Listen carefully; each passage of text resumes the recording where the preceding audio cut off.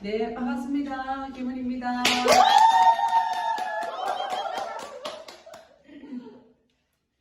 우리 지난번에 백혈구 얘기했잖아요. 기억 안 나시죠? 그래, 기억이 안 나야 돼. 백지상태. 늘 새로워야 돼. 그래야지. 그죠? 하여튼, 목사님하고 이제 교수님하고 공통점이 있는데, 이제 목사님은 같은 얘기 반복하면 성도들이 되게 싫어한대요. 근데 교수님은 같은 얘기 반복하면 중요하다고 생각한대요. 그래갖고 교수님이 훨 낫다면서 살기에는 훨씬 낫다고.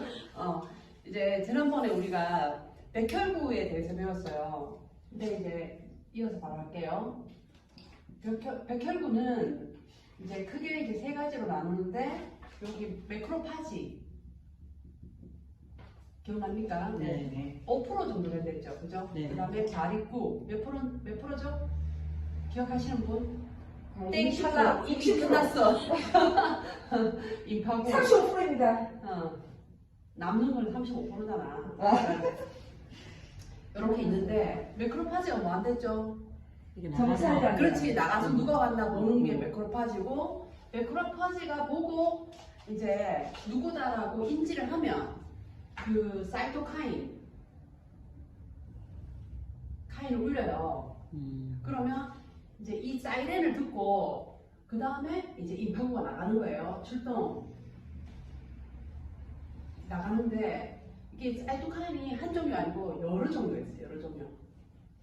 대략 한 50가지. 그래고 이제 매크로파지가 이제 거기에 맞는 항원에 맞는 사이토카인을 올려주면 거기에 맞는 임파구가 출동하는 거예요. 우리 몸이 굉장히 똑똑하죠, 그죠? 근데 이제 오늘은 뭐 할 거냐면 우리가 이제 자율신경은 우리가 통제 못 한댔죠. 네. 자율신경은 이 자율신경계가 다 알아서 해주는데 이제 자율신경계가 예를 들어서 이제 교감, 흥분됐을 때, 그다음에 부교감, 진정됐을 때 이렇게 그죠? 요게 활동하는 게 있고 요게 활동하는 게 있는데 교감 신경이 딱 켜지면 스위치 온이 되잖아요, 그죠? 그러면 누가 나가냐면 가리구가 나가요. 그 다음에 부교감 신경이 켜졌을 때 누가 가냐면 임파구가 나가요. 그러면 교감은 흥분이니까 깨어있는 거잖아요, 그죠? 흥분 상태. 얘는 진정 상태예요, 진정. 왔다 갔다 하겠죠, 이렇게. 그렇게. 그러면 대부분의 교감이 켜져 있는 거는 언제냐면 낮에. 맞죠? 그 다음에 사람이 진정되는 거는 주로 밤이죠, 그죠? 밤에. 이렇게 되잖아요, 그죠? 그러면 주로 활동하는 시간이 가리구는 낮에, 임파구는 밤에 활동한다고 되고, 근데 가리구는 이제 사이즈가 좀 큰 세균을 잡아먹거든요. 큰 거. 세균도 사이즈가 큰 게 있고 아주 작은 게 있어요. 그러니까 임파구 같은 경우에는 세균도 아주 작은 사이즈 아니면 더 작은 바이러스. 그다음에 또 어떤 게 있냐면 이종 단백질 같은 거, 이런 거 바이러스보다 더 작은 거, 이런 거를 잡아먹고 그다음에 돌연변이, 우리가 말하는 암세포 같은 거 있잖아요. 이런 것도 이 임파구가 가서 다 처리해 주는 거예요. 다 알아서 해, 이렇게 다 알아서 하거든요. 근데 우리가 보통은 자율신경이 예를 들어서 조금 이상이 오게 되잖아요. 그럼 몸에 전신에 이상이 오기 시작해요. 어디 한 군데가 안 좋은 게 아니고 전신에 이상이 오는데 이제 제가 그 가리구가 하는 거가 있고 이제 임파구 하는 게 있는데, 가리구는 주로 가서 뭐 하냐면 저 영상에처럼 꼬물꼬물 가서 잡아먹는 게 균을 이렇게 잡아서 먹는 형이고요. 얘는 이제 바이러스가 너무 작거든요. 너무 이게 사이즈가 너무 작기 때문에 얘는 이걸 어떻게 하냐면, 이게 크다고 치고 이제 우리는 설명을 해야 되니까 가서 잡아먹는 게 아니고 붙어서 없애는 거예요. 이렇게 생긴 거 보셨죠? Y자 모양으로. 그래서 붙어서 죽이는 거예요. 그렇게 하는데, 이제 내가 오늘 하려고 하는 얘기는 뭐냐면, 우리 몸에 이제 균이 있어가지고 가리구가 나와서 균을 잡아먹는 거는 정상적인 행동이에요. 그죠? 그런데 내 몸에 세균이 없어. 세균이 안 들어왔어요. 안 들어왔는데도 가리구가 나올 수가 있어요. 언제냐면 스트레스 상황. 그렇지. 스트레스. 균이 없는데 스트레스가 이렇게 딱 나잖아요. 그럼 받으면 가리꾸가 나와요. 가리꾸가 나오는데 이 가리꾸라는 백혈구는 뭐 하는 거냐면 잡아먹는 데잖아요. 잡아먹는 데잖아. 근데 나왔는데 세균이 없으면 어떻게 되죠? 그게 문제인 거예요. 세균이 있어서 나온 게 아니고 스트레스 때문에 나온 거예요. 그러면 나왔는데 뭘 잡아먹어야 되잖아. 잡아먹을 게 없잖아요. 그랬을 때 이 가리꾸가 하는 게 세균이 없을 때 뭐 하냐면 우리 몸에 유익균을 잡아먹거든요. 유익균을 먹어요. 그 다음에 이게 아니지. 이 가리꾸가 유익균을 잡아먹고 가리꾸가 뭐 하냐면 조직을 파괴해요. 우리 몸의 조직을 파괴하거든요. 정상세포를 잡아먹어. 파괴돼요. 그래서 우리가 왜 혹시나 엄청 가로했을 때 엄청나게 가로를 했을 때 그 다음날 뾰루지 올라온 적 있죠? 네. 좀 심하다 지금. 올라왔네요.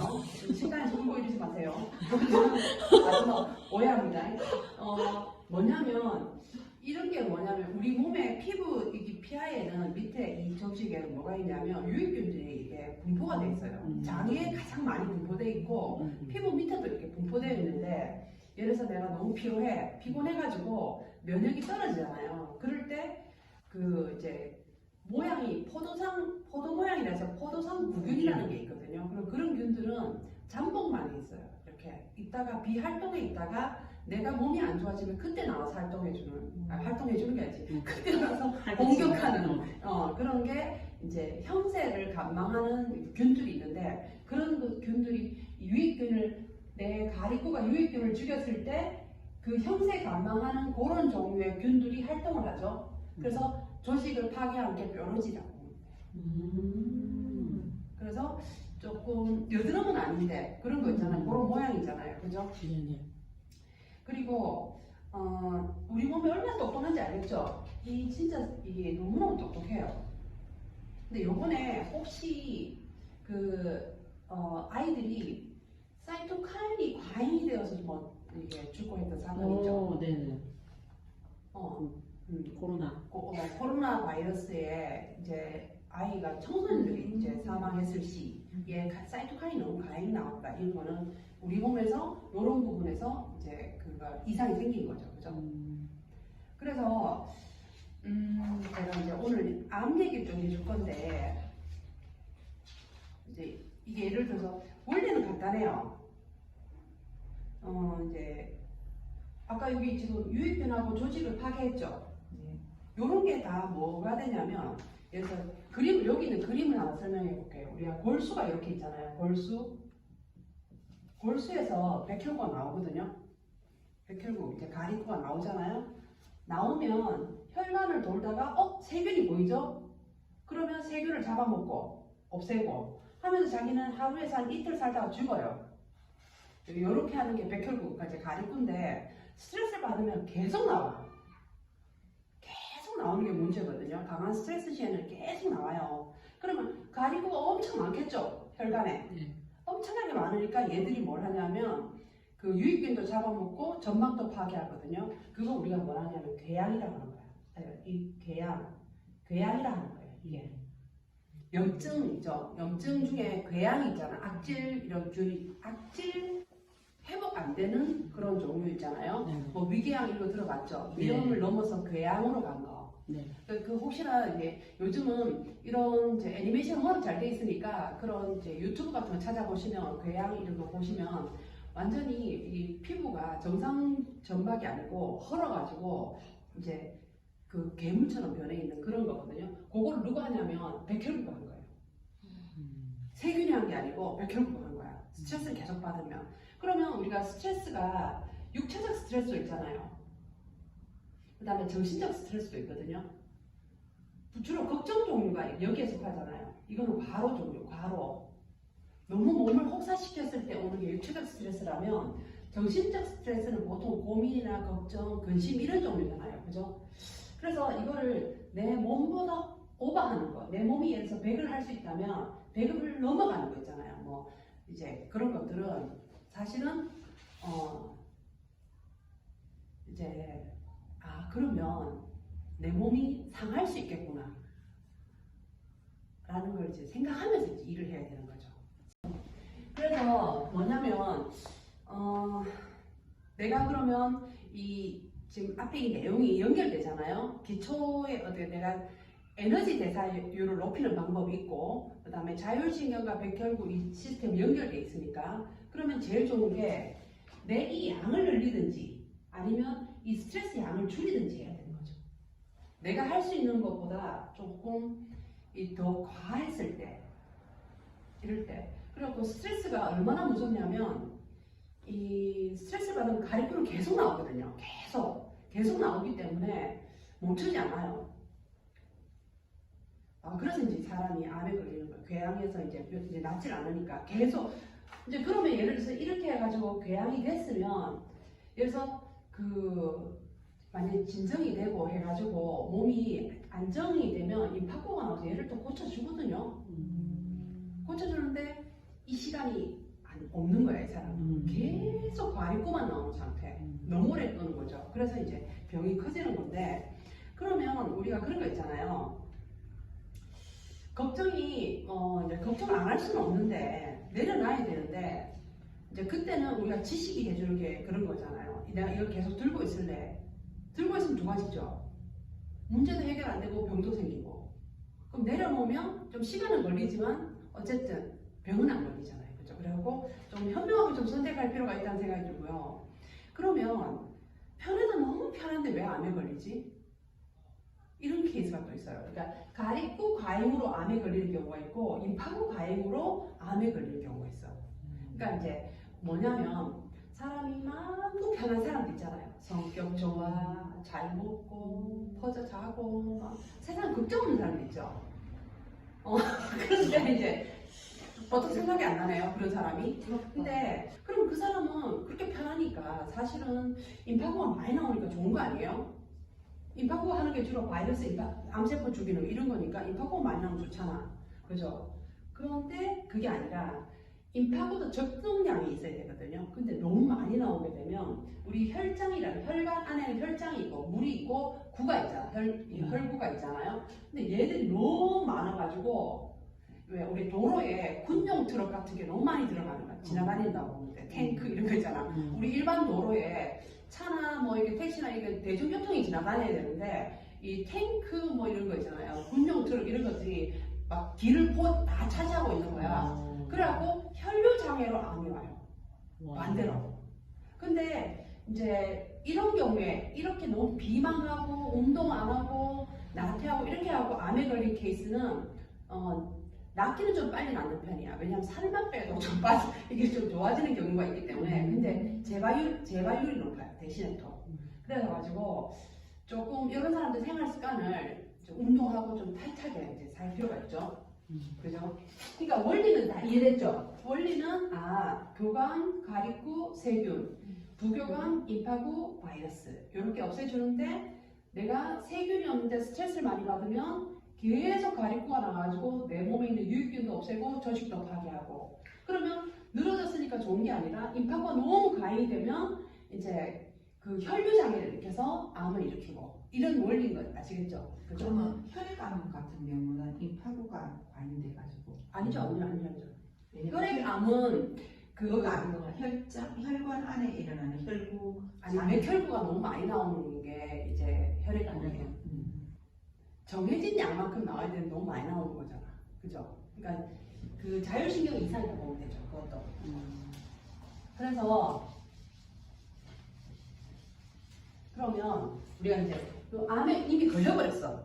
이럴 때가 있잖아요. 어떡하죠? 큰일 났네. 이렇게 생각하면 안 돼. 암이 걸렸다고 딱 왜 우리 보통 건강검진을 갔는데 보통 이제 조직이 조금 이상하다 싶을 때는 이게 암인지 폴립인지 구별하기 위해서 정밀 검사를 하자 해요. 조직 검사를 하자 그래. 근데 그게 보통 4차례 되는데 한 2주, 3주 걸려요. 그다음에 검사 결과 나오는 것도 한 1주 이상 걸려. 그때 되면 암이 된대. 스트레스 너무 많이 받았고 암 환자의 10배, 20배 정도의 강한 스트레스를 받는데요. 암일까봐. 내가 암일까봐. 그래서 실제로 암인 경우가 굉장히 낮대, 확률이. 폴립인 경우가 되게 많대요. 근데 사람들이 내가 혹시 암이면 어떡하지? 라는 걱정 때문에 이제 스트레스 때문에 가리꼬가 너무 많이 나와가지고 이게 암이 된대요. 그러니까는 걱정은 그렇게 별 도움이 안 돼. 그래가지고 그러면 여기 보면 우리가 암에 딱 걸렸다고 했을 때 그럴 때 해야 되는 게 있어요. 우리 보통 수술하는 경우가 있고 그 다음에 항암제 있죠. 항암제 치료하는 경우가 있고 그 다음에 방사선 치료하는 게 있거든요.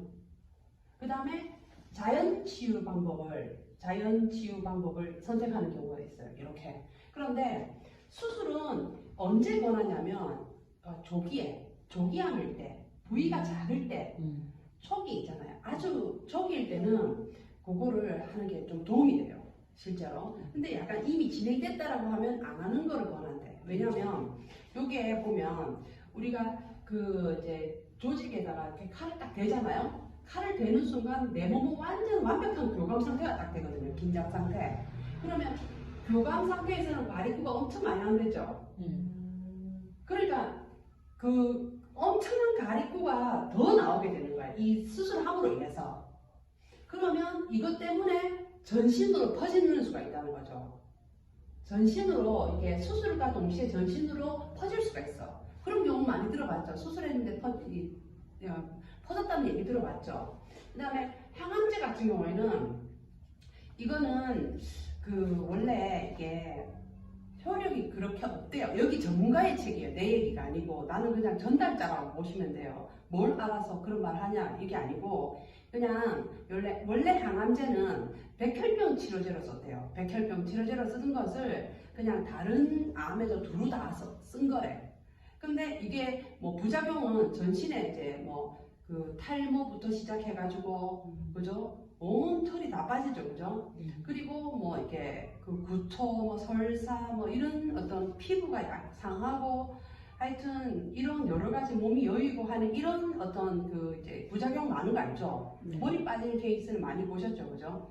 근데 이제 방사선 치료 같은 경우에는 그래서 여기 요 부분이 지금 문제가 있는 부위예요. 이렇게 그러면 여기만 딱 째면 되는데 옆에 있는 정상적인 조직도 손상을 입어. 우리가 딱 거기만 어떻게 할 수가 없거든요. 그래서 내 몸이 교감 상태에서 가리코가 많이 나온 상태를 또 만드는 거야. 이런 종류들이. 그래서 어떻게 하라고 하냐면 아 내가 암이구나. 그러면 이렇게 생각하래. 나보고 쉬라는 뜻이구나.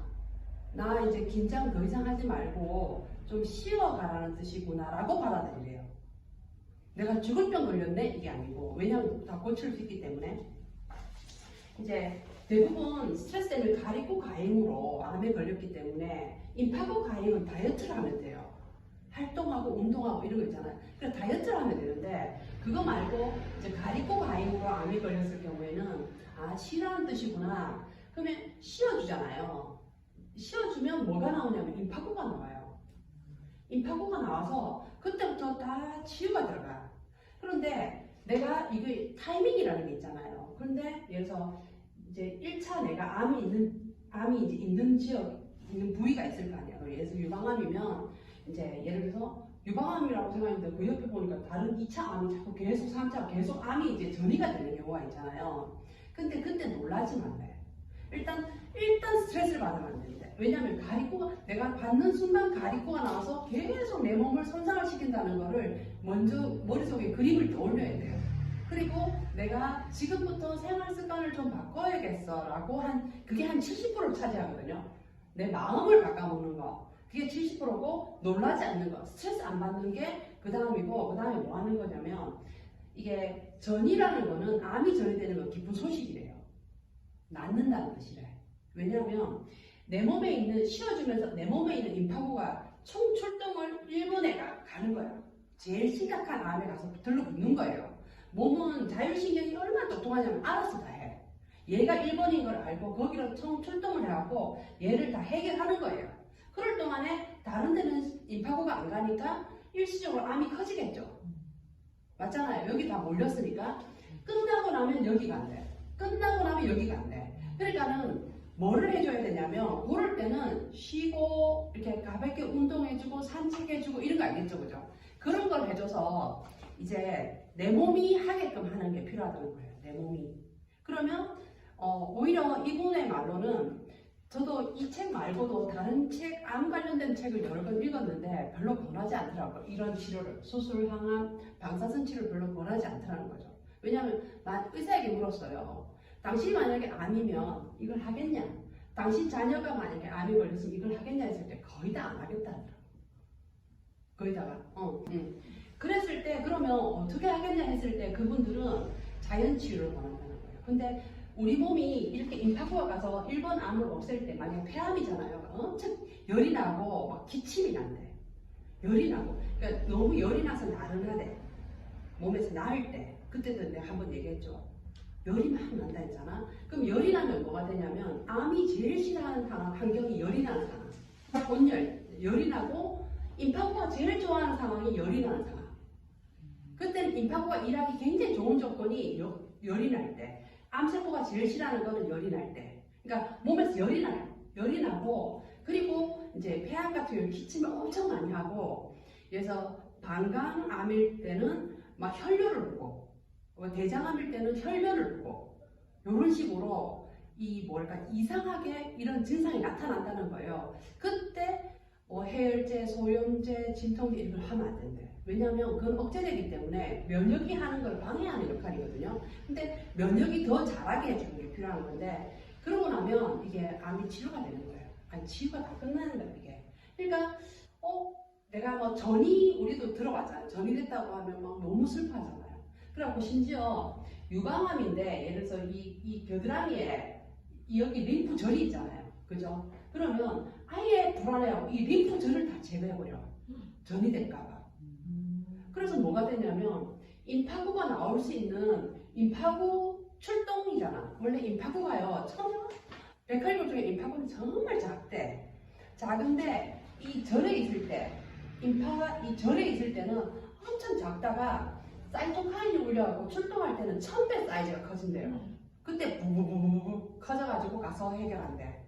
그러니까 평소에 있을 때는 작게 있다가 출동할 때만 몸을 키워서 나가는 거예요. 얼마나 똑똑해요. 이게 임파 있잖아. 임파구가 출동하는 곳이 있어. 그런 곳에서 아까 이제 볼스에서 나갔지만 이게 임파절 같은 데서 나가거든요. 근데 이런 데 알죠? 이런 데 겨드랑이 사차번 이런 데 있잖아요. 그런 데서 나간단 말이에요. 근데 이거 절이 될까봐 혹시나 임파로 절이 될까봐 절을 없애버리는 경우가 있어. 그렇게 하지 말아야 하거든요. 왜냐하면 이게 있어야지만이 임파구가 나올 수 있거든. 그래서 어쨌든 임파구가 일할 수 있는 상황을 만들어줘야 돼. 쉬고 가벼운 운동을 해주고 몸을 따뜻하게 해주고 이런 거 있잖아요. 이런 거를 해서 최대한 임파구가 잘 나올 수 있게 내 몸을 도와주기만 해도 우리 몸은 치유가 된다는 거죠. 이렇게. 보통 이제 물론 안 좋은 거 먹어갖고 항암이 아니다. 항암이란다. 발암 물질을 먹어서 생기는 거잖아. 담배 이런 거는 끊어야 돼. 내가 예를 들어서 그 막 정신적인 거를 내가 담배를 피우면 정신적 스트레스가 날아간다 생각하는데 그 방법이 너무 가혹한 거야. 내 육체에다가는 독을 넣고 생각만 프레시한 거야. 정신적인 것만 프레시하지 몸에는 굉장히 많은 독성 물질을 넣어주는 거기 때문에 우리 몸에서 가장 백해무익한 게 이제 담배거든요. 그 다음에 투머치 알코올 이런 건데 그런 거, 그 다음에 식품 첨가물 그게 뉴치시네요. 그래 그런 거를 조금 자제하고 대신에 몸에 좋은 음식들이 있잖아요. 우리 유기농 이런 것들은 몸을 그러니까 재생시키는 능력이 있잖아요. 힘이 있잖아요. 그죠? 그런 힘 있는 음식을 좀 먹어주고 이런 게 좀 필요하겠죠. 좋은 생활 습관을 갖는 게 너무 좋고 이제 우리가 아는 게 힘이잖아요. 내가 만약에 내 몸에서 어떤 거를 내가 이제 받아들일 때 그죠? 이게 내 몸에서 어떤 프로세스가 있는지를 아는 것과 모르는 거의 차이예요. 그죠? 내가 스트레스를 끌어안고 있으면서 병을 키울 것이냐 아니면 이 스트레스가 내 몸에서 어떤 거를 해서 어떤 일이 진행되는지 알고 그냥 거기서 어느 정도 내가 이제 조절하느냐 이런 거는 선택인데 아는 게 그래서 중요하다는 생각이 들거든요. 그래서 이제 우리 꾸준하게 한번 배워봅시다. 이상입니다.